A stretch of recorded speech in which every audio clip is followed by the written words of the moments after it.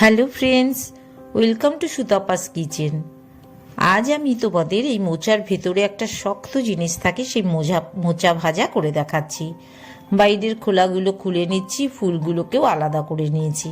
এই যে দেখো ভেতরের যে শক্ত অংশটা, এটা থেকে আজকে আমি টুকরো টুকরো করে কেটে নিয়ে আমি কিন্তু ভাজা করে দেখাবো।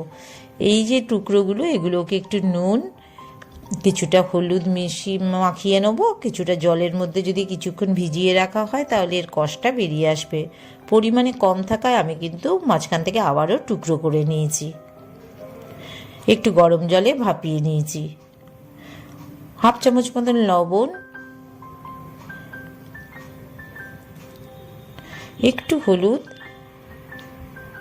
সাথে একটু চাট মশলাও কিন্তু আমি মিশিয়ে দিয়েছি বেসনের সাথে।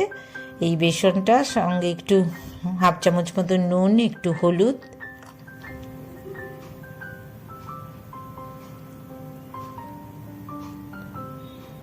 একটু কাশ্মীরি লাল লঙ্কার গুঁড়ো,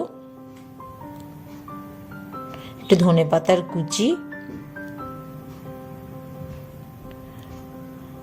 বেসনটাকে কিন্তু আমি রেডি করে নিচ্ছি। এবার কাঁচা লঙ্কার কুচিও সাথে মিশিয়ে দিলাম। এবার যে আমার মোচাগুলো আছে, মোচাগুলো এই বেসনে আমি মাখিয়ে নেবো সুন্দর করে। মাখিয়ে রেডি করে নিয়েছি।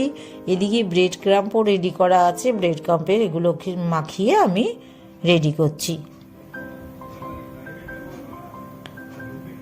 পরপর করে কিন্তু আমি মাখিয়ে নিচ্ছি।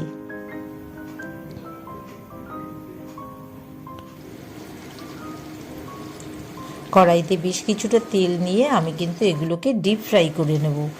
গরম ভাতের সাথে তো ভীষণই ভালো লাগবে। এগুলো মুচমুচে ভাজাও হবে, শুধু মুখেও ভীষণই ভালো খেতে হয়। আমার কিন্তু রেডি হয়ে গেছে দেখো মোচা ভাজা। বন্ধুরা, তোমাদের যদি আমার এই রেসিপিটাকে পছন্দ হয়, সুতপাস কিচেন অবশ্যই তোমরা সাবস্ক্রাইব করো, লাইক শেয়ার অবশ্যই করো। কিন্তু আবারও নতুন রেসিপি নিয়ে